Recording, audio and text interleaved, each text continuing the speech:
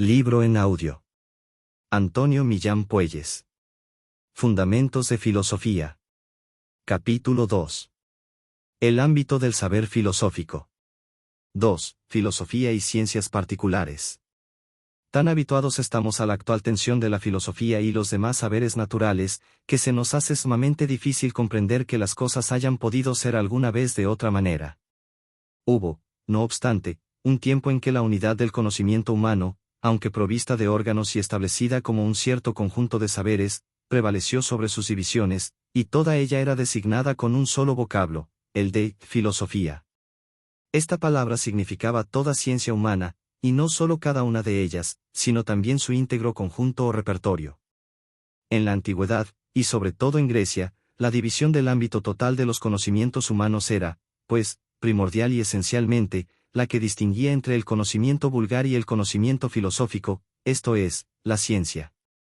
Con todo, dentro de la esfera filosófica se dio también una fundamental división, la que Aristóteles estableciera al acuñar las denominaciones, filosofía primera, y filosofía segundas, 28. La filosofía primera, sin embargo, más que una ciencia entre otras, era, en efecto, la forma más perfecta de las ciencias, la filosofía pura y simplemente dicha, filosofia simpliciter, sin restricciones de ninguna especie, pues se ocupaba, en general, de todo ente precisamente en tanto que ente y, por tanto, según su más profundo y entrañable sentido.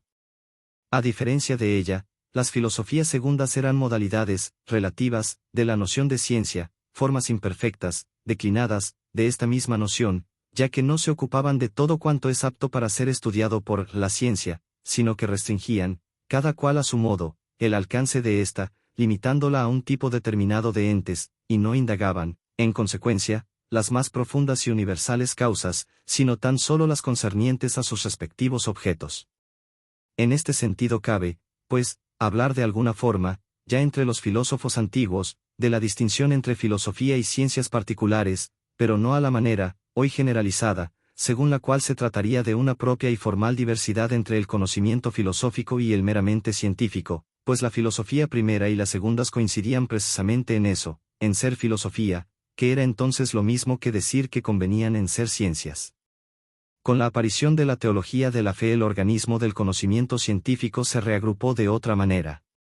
El saber filosófico, aun conservando sus internas divisiones, hubo de ser contrapuesto, no solo como ciencia, a los conocimientos y opiniones vulgares, sino también, en cuanto ciencia meramente natural, a la sabiduría teológica, fundamentada en datos revelados. La división fundamental consistió, así, dentro de la ciencia, en distinguir los conocimientos puramente racionales, de los que connotaban un origen sobrenatural y especialmente divino. Pero tampoco se llegó a un divorcio entre ambas formas de ciencia. La filosofía pudo hacer de sierva de la teología sin por ello perder sus propias exigencias naturales.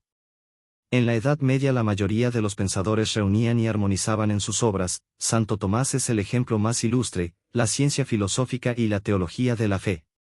Frente a esta milenaria tradición de unidad, la Edad Moderna ha sido el tiempo de la radical desmembración y fractura del saber humano. Cada grupo o conjunto de conocimientos recaba para sí, de una manera exclusiva, el verdadero título de ciencia, y acontece, por cierto, que las que hasta entonces lo habían sido de una manera menos rigurosa, comienzan pretendiendo un trato de igualdad con relación a las más perfectas, y acaban por creerse superiores a ellas. Tal es el caso extremo del positivismo, donde la teología y la metafísica se entienden, superadas, por las nuevas ciencias, que se despreocupan de toda clase de intereses trascendentes. Sin embargo, junto a estos efectos, la época moderna tiene en su haber el formidable desarrollo de los conocimientos especializados. La unidad perdida tiene una cierta compensación en el hecho innegable de la extraordinaria proliferación de saberes parciales. Aturdido por ellos, el hombre, de ciencia, propende a olvidar o desconocer la significación de la filosofía, que se le vuelve cada vez más problemática. Si todavía Comte cree en la necesidad de un saber global o de conjunto, la realidad es que lo concibe como una simple síntesis de las conclusiones de las ciencias especializadas, 29. Pero esto es una cosa muy distinta de lo que antes fue la filosofía. El saber filosófico no consistía en un simple resumen de saberes parciales, algo, pues, posterior a estos conocimientos y esencialmente relativo a ellos, sino que era, primero, en un sentido estricto, la sabiduría del ente en cuanto ente, es decir, un conocimiento universal, no un universo de conocimientos, y además, en un sentido amplio y menos riguroso, cualquier otro saber, las filosofías segundas, y también el conjunto integrado por estas y la filosofía primera, en ningún caso, por tanto, un simple esquema de las conclusiones de las ciencias especializadas. Considerando las acepciones clásicas de la palabra filosofía, un hombre actual no tendrá inconveniente en aplicarla al estudio del ente en cuanto ente, cualquiera sea la idea que se haga del valor de este estudio, pero se resistirá a llamar filosofía a ciencias tales como la físico-matemática, la biología o la historia. Se ha producido, de hecho, una fundamental restricción del sentido de nuestro vocablo, con la que hay que contar para evitar equívocos. Pero lo más notable y sintomático de esta restricción es que, sin embargo, se siga llamando filosofía a ciencias tales como la ética o la psicología especulativa, que se refieren a un determinado sector de la realidad, no al ente en cuanto ente. Se habla también de filosofía de la historia, filosofía del derecho, etc. De donde resulta que la especialización del saber no es lo que hace a este diferenciarse de la filosofía. Precisa, sin embargo, señalar que las mencionadas disciplinas filosóficas, distintas de la filosofía primera, no constituyen ciencias enteramente independientes de ésta. Todas ellas se subordinan a la metafísica y se benefician de sus principios, para lo cual no es menester que, antes de estudiarlas, se conozca la ciencia metafísica de una manera explícita y formal, basta con la germinal aprehensión de ella que hay en el uso espontáneo de nuestro entendimiento. 30. Por el contrario, las demás ciencias particulares a las que hoy no se llama filosóficas no solamente son particulares, sino que también pretenden constituirse de una manera enteramente autónoma. Esta autonomía no es, simplemente, la independencia de cada una de ellas respecto de las otras. Lo que esencial y propiamente la define es la independencia respecto de la metafísica, y ello hace explicable que, siendo esta la filosofía por excelencia, los saberes, autónomos, típicos de la edad moderna, se constituyan como afilosóficos, e incluso se hallen, en ocasiones, en una esencial y constitutiva tensión u oposición con la filosofía. De esta manera, en su presente estado, el ámbito de los conocimientos científicos viene a organizarse, en su conjunto, de la siguiente forma: primero, la teología de la fe; segundo, la filosofía, que abarca tanto la que lo es de una manera propia y adecuada, la metafísica, como las que lo son por participación o de un modo analógico, las ciencias filosóficas particulares, pero no autónomas; tercero, todas las ciencias estrictamente particulares. Por su oposición o independencia respecto a la sabiduría metafísica, las ciencias estrictamente particulares fallan todas o algunas de las condiciones que se exigían al riguroso concepto de la ciencia, tal como ésta fue tradicionalmente concebida. Esas condiciones pueden resumirse, sobre todo a la vista de los caracteres de las ciencias modernas y comparativamente a ellos, en tres conceptos fundamentales: a. La referencia u orientación al ser, carácter, ontológico, de, ton, ente; b. La certeza engendrada por el conocimiento de las causas; c. El sentido de la totalidad de la realidad. A. Las ciencias filosóficas que no estudian el ente en cuanto ente, las que en la propia situación actual pueden seguir llamándose filosofías segundas, tienen, no obstante, una significación ontológica, en un sentido no formal y estricto, más y analógico y por participación.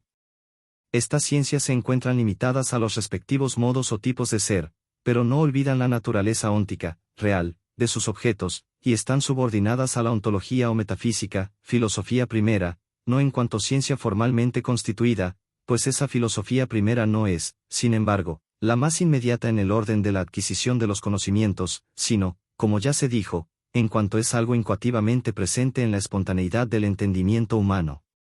Por el contrario, las ciencias particulares no filosóficas, aunque de hecho lleguen a ocuparse con objetos reales, se desentienden de la noción de realidad y de los problemas que esta noción, aplicada a su objeto, podría plantearles. 31.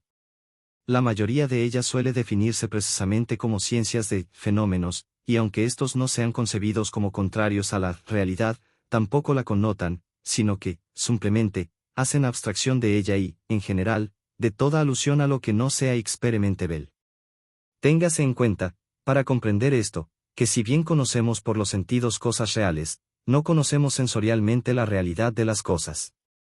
La existencia de este papel que veo no es algo que yo vea, pues no es su color, ni su figura, ni su tamaño, ni tampoco ningún trozo de él, sino algo que conviene a la totalidad de este papel que veo, y que consiste, pura y simplemente, en el hecho inefable de estar siendo. 32.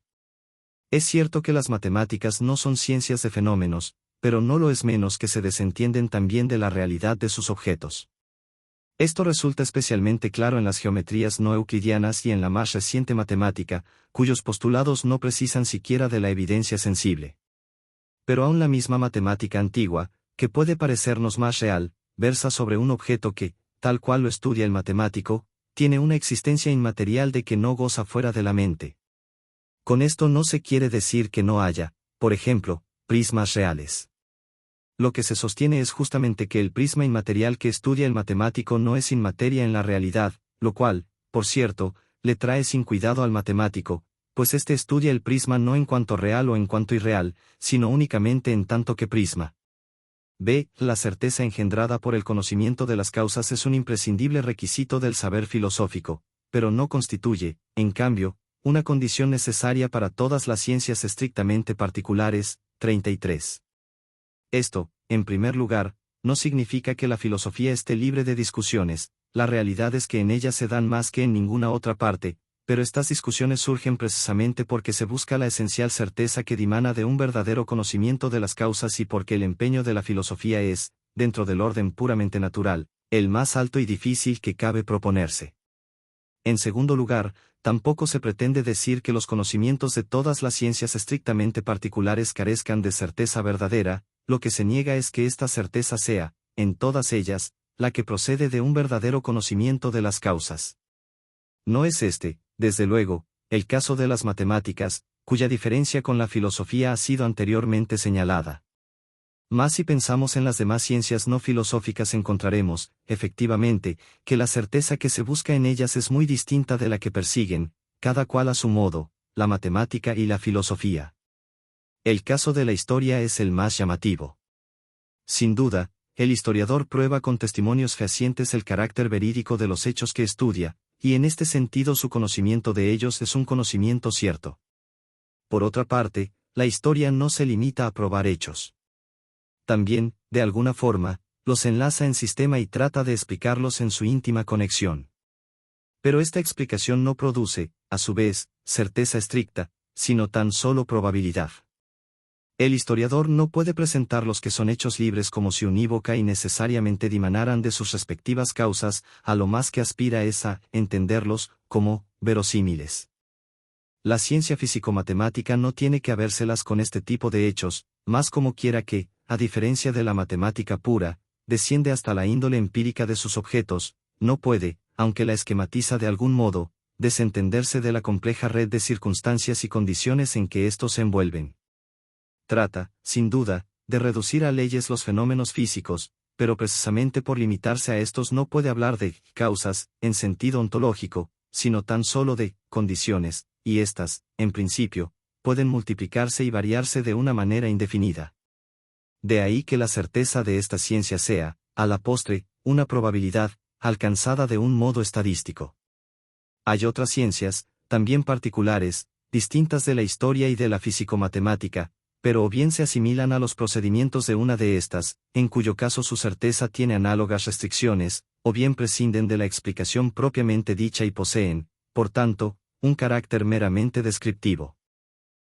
Es obvio que las ciencias estrictamente particulares se constituyen con independencia del sentido de la totalidad de la realidad, por eso son, por cierto, estrictamente particulares y se pretenden autónomas con relación a la ontología o metafísica. Aún el propio problema de clasificación de estas ciencias no les compete a ellas ni puede ser tratado desde el punto de vista de ningún saber particular, sino que es una cuestión típicamente filosófica por suponer una actitud trascendente a las respectivamente especializadas de los saberes en cuestión. No es este el caso de las ciencias filosóficas, ni siquiera el de aquellas que no constituyen la filosofía primera o simplemente dicha. Las ciencias filosóficas particulares, aunque distintas del saber metafísico, se articulan con él en un sistema unitario atravesado en todas sus partes por una misma aspiración fundamental. Lo que hace posible esta unidad del organismo filosófico es, como ya se ha dicho repetidas veces, la subordinación de las filosofías segundas a la ontología, y, en consecuencia, lo que, en último término, da a la filosofía su esencial sentido de la totalidad de la realidad es la incondicionada orientación al ser, propia de la filosofía primera. Por guardar el sentido de esa totalidad la filosofía tiene que plantearse las cuestiones centrales del saber humano. El término central se toma aquí en su más inmediata significación. La totalidad supone un centro, en torno al cual se da. En un sentido meramente psicológico, la totalidad de la realidad gira en torno al yo individual de cada cual, al que también engloba, a la vez que se opone. En un sentido real, el centro de la totalidad del ser no es más que Dios, donde la realidad se halla efectivamente concentrada y respecto del cual el despliegue de la totalidad de las cosas tiene el sentido de una explicación, o externa manifestación, teofanía. Tales son las razones por las que la sabiduría filosófica debe necesariamente plantearse estos temas centrales, la subjetividad y Dios. Merced a esta sabiduría el hombre saborea su subjetividad y atisba algo de lo que es la realidad suprema.